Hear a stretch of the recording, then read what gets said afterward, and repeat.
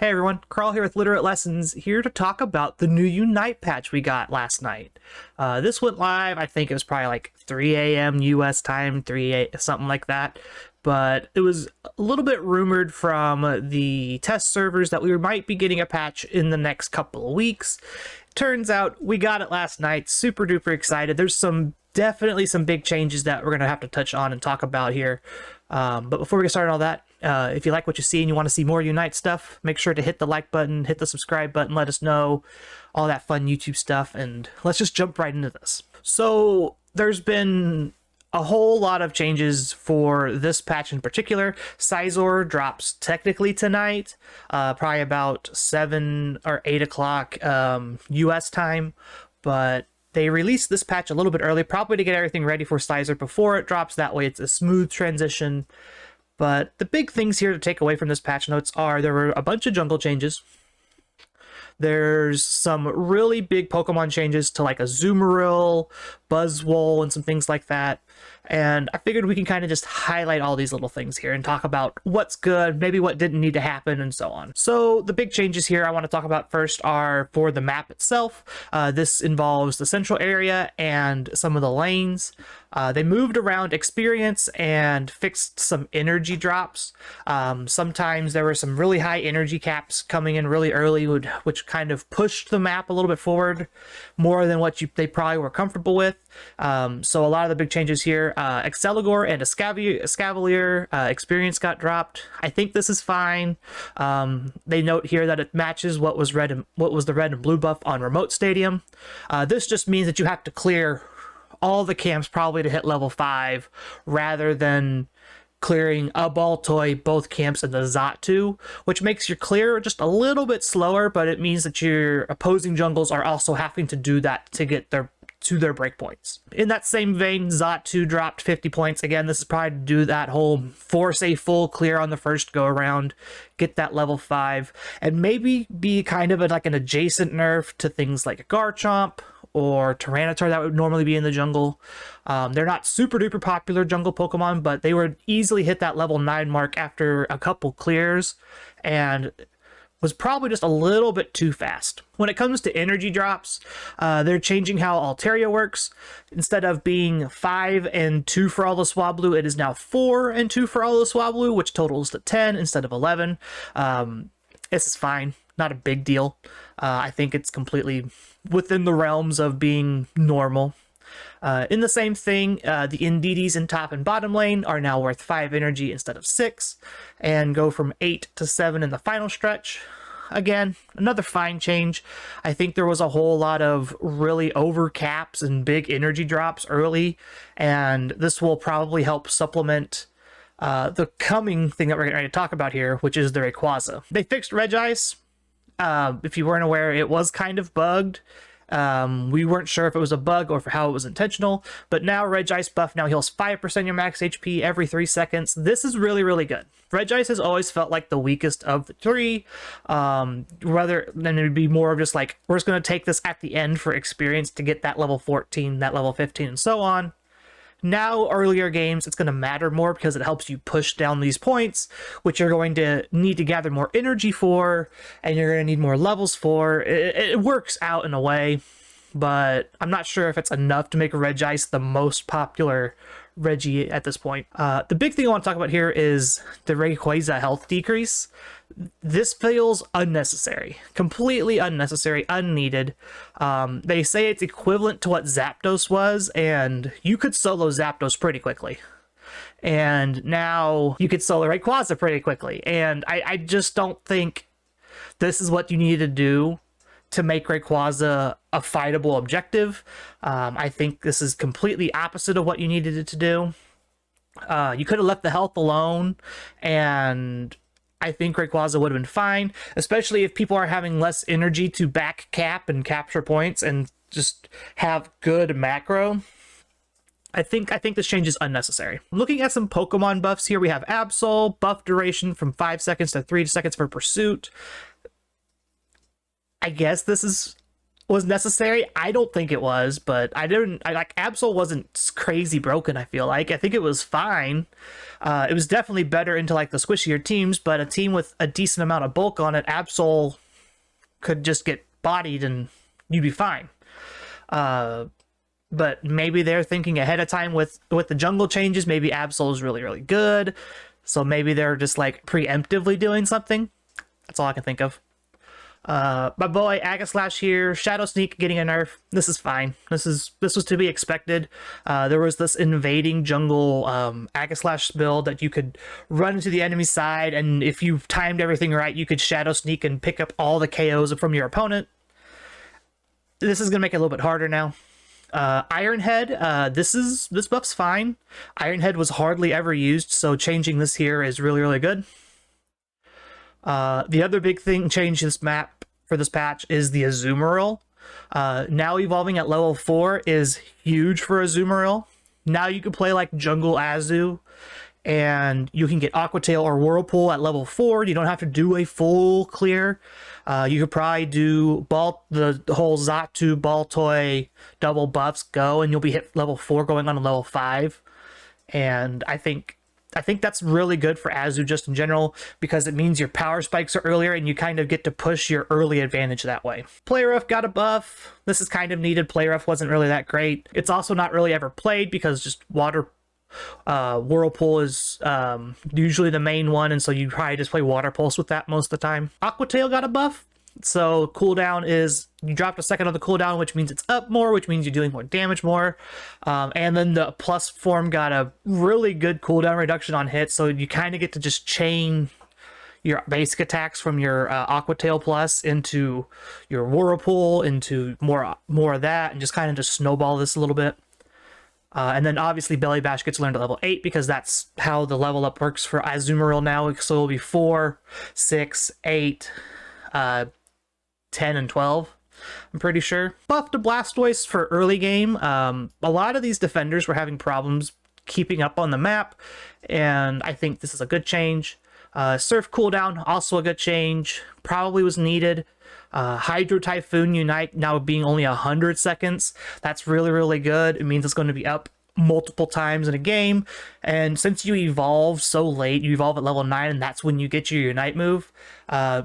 You're only ever really able to get like 3 Unites a game. You might be able to get 4 if you get an early level 9 now. This one makes me excited because I loved Buzzwole on release. The stats just weren't that great. This is a really good change. Going from gaining essentially here, what is it, 15 attack at level 1. Scale's the same, but they've front loaded it a little bit more, which for Buzzwole, that was the problem, is your early game was so abysmal that you would just be put in the bucket before you ever got a chance to do anything. And so now you can actually like play the game, get your levels, and actually be useful on your team. Mega Punch change here, it's fine. It's not game breaking, but it's gonna help your early game some more. These Smackdown changes, not a huge change. They've been trying to get Smackdown to be the good move for a while, and I don't know if Smackdown's ever going to reach that point. There's a lot that Smackdown really needs. Like, it's a lot of going in and chasing, and Buzzwole just can't get out usually. And so Smackdown's good for like 5v5 stacks, but in solo queue, it's not gonna ever really see that much play. Fell Stinger damage, I don't think this move was ever a problem. This buff will help a little bit, but this is pretty much insignificant. Leech Life, so they changed how unstoppable and hindrance resistant works. I don't know if this is what this means. I like what I hear in my head when I read this is anything that is hindrance resistant, which certain moves do that. Think Machop with its focus energy and things like that, or bulk up or whatever it is, makes you hindrance resistant, so you don't take full effects from say like stuns, slows, and things like that. Well, now Leech Life and Superpower both treat those as unstoppable, so I think these are essentially nerfs, because the whole thing with Leech Life is if they can get away, they'll get away, right? Like, they have to be in the hug to get the damage dealt, and I just don't think that's good. They've upped the damage a little bit for it, which this is fine. So if they don't have any kind of hindrance resistance or way to get out with the eject button or something, Buzzwole's going to hug you, and you're probably going to go down or at least lose a good chunk of HP if they're stacked up correctly. Superpower doing the same thing as Leech Life. If you do it to one, you got to do it to the other. That's the only fair thing. Because if you didn't change how Superpower worked, Leech Life would never see play. Some cool Charizard changes here. Fire Punch gets a buff here. Fire Punch was almost never used because I think Flamethrower was just really, really good. Fire Punch Plus pretty much comes up every 2 autos now, according to the note here, with no CDR. So that's really good. So the way Fire Punch is CDR reduction, one auto attack has like 3 ticks or something like that for Charizard, and you would get cooldowns based on that. Now it's every 2 autos you'll get your Fire Punch up, which is really, really good. Seismic Slam is now hinder resistant instead of unstoppable. That's a big change. Unstoppable was literally unstoppable, whereas hindrance resistant means that certain things can still knock you out of your Unite move and can no longer be used on hindrance resistant targets. That's another big one. So this lets you have more counterplay, right? A lot of the times what happens with Charizard will run, grab you, and you're just done because you couldn't get away. Now, if you have some kind of move that gives hindrance resistance, kind of like how the Buzzwole situation works, you're going to be able to deny that Unite. Definitely a nerf, I think, to Charizard's Seismic Slam, but I think Charizard will still be A-okay in the jungle. I don't understand why Cramorant's on this list. I don't know what this is doing for people. I hadn't seen a Cramorant in I couldn't tell you how long. I definitely don't think this was needed, but sure. Healing's reduced, essentially, significantly. Gengar, Hex range decreased. That's good. We don't know by how much, but it's good. Glaceon, Icy Wind. I don't know if this is enough to make Glaceon bad. You definitely have to lean all in on the cooldown aspect, I think, now to significantly keep Icy Wind up all the time. But we'll find out, I guess, later on if that was enough or not. I honestly think if you just reverted some of the damage back away from it, I think Glaceon would be in a fine spot. Not all of it, like maybe go halfway between where you started and where you're at now. If you go halfway, maybe Glaceon is just fine and not busted like it was in the previous patch, but who knows. Bug fixed Degredient, cool. Mew, boosted attack damage threshold is 6.5 instead of 9, so at max range, I think you're losing like 10% damage or something like that. I don't know if that's enough. The problem with Mew was Solar Beam was the busted part, and from what I'm hearing, Mew is still bugged all to heck. So I don't know if Mew's actually going to be in a playable state anymore, because they've done so many little things here and there. They apparently fixed a bug where the dash would not cross walls with agility. I don't know if that, like, what walls you were getting over with agility to begin with, because the agility dash isn't that long. And so I'm trying to think about like what walls you would be able to get over. Maybe like right there at center. If you were looking at where the map was, there's that little itty bitty thing where the ball toys spawn in the center going into Altaria. You might have been able to get over that one, but you can't get over the real thick area that's like to the south of it. You might be able to get over the south wall now. Big sweeping changes here to Mr. Mime. Psychic changes. This is good. Real big damage reduction in how Psychic is working.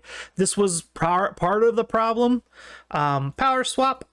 I think this might be enough. I don't know. So if they fixed the confusion bug with Power Swap, where it wasn't working if you hit the target that you were Power Swapped with, it would stun. Well, that wasn't working, but now we've reached the point where maybe it is working. If that's the case, I don't know if this is enough of a nerf to Power Swap. If they didn't fix it, you'll see a lot more confusion barrier now. My big thing I've always complained about Power Swap is when you get attached, it's almost impossible to get away. Depending on how the movement speed stuff works, if this 8% slow instead of 15% is enough for you to be able to walk away from Mr. Mime and break the tether, That might do it, maybe, but I'm not holding my breath. I still think Mr. Mime's going to be really, really good, especially if they fix the confusion bug with Power Swap. Slowbro got a big buff here. I should say Slowpoke got a big buff here. Water Gun was your only real damaging move. Like Slowpoke's basic attacks were at best very mid. Water Gun was how you secured your objectives, and you could easily just bully a Slowpoke away from a early mob while they were charging their Water Gun up, and then they drop Water Gun and miss it. With these changes, I think you'll be able to use Water Gun more effectively now, and may be able to hit that Slowbro a little bit easier. A lot of these changes I'm noticing are towards those defenders, that weren't being played, which is nice. Surf got a buff. Telekinesis got a buff. Telekinesis wasn't used very much because Amnesia's really good. So the 2-second cooldown on Telekinesis might actually make it usable. And also Slow Beam got a buff, losing about 11 seconds here. I think that's really good. These defenders that aren't taking a lot of map experience from the carries, this is going to be really good for them because they're going to have Unites a little bit easier for those Rayquazas, for those Regielekis and fights and things like that. Sylveon, bug fix to fix Eevee's special attack. Basic attack was normal damage instead of special damage. Sure. Fixed a bug where Sereno is permanently slowed in speed flux under certain circumstances. That's good. This is a nerf though. It's the same kind of thing with Charizard. Like if you have hindrance resistant or a way to kind of get out of it, you can just pop it and get out now, instead of being stuck in the animation and then slammed into the ground taking full damage. T-Tar change, auto attack, bug fix. I have no idea what this means. We'll have to play it to find out. And then Wigglytuff.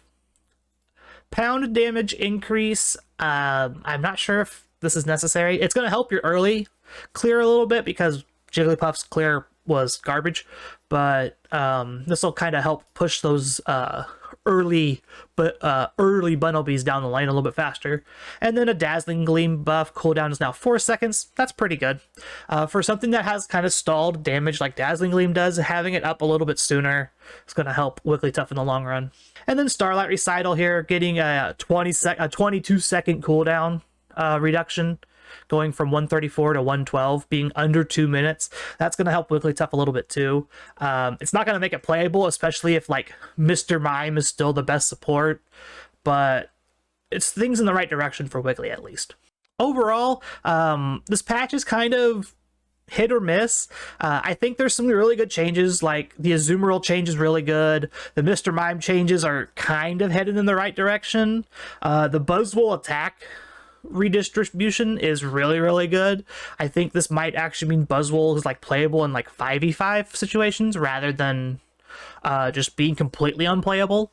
But we'll have to kind of look into that and see. I don't know if some of these things were enough. Like, I don't know if this is enough. Power Swap changes, it's good, but I think Mr. Mime's still going to be busted. Mew didn't really get any kind of changes. They didn't acknowledge the fact that there's a weird thing with Solar Beam and Eject Button. Like, I don't know if they touched that. They didn't mention it if they did. So Mew's still all buggy all to heck. So take with that what you will. But yeah. Overall, I would give this patch probably like a 7.5. They did a lot of cool things and a lot of things I don't think were necessary. Looking at you, Rayquaza. This is probably going to be the one thing people notice the most. I want to hear what your thoughts are in the patch notes down below. I'm super excited to get into playing this patch a little bit more, especially with the tournaments I got coming up. Super excited to play more and explore what patch 1.7.1.7 has for us. Again, if you like what you see, make sure to do all that fun YouTube stuff for us. Like, comment, subscribe, and we will see you all on probably tomorrow for a Sizer video, because I'm excited for that one too. Bye, everyone.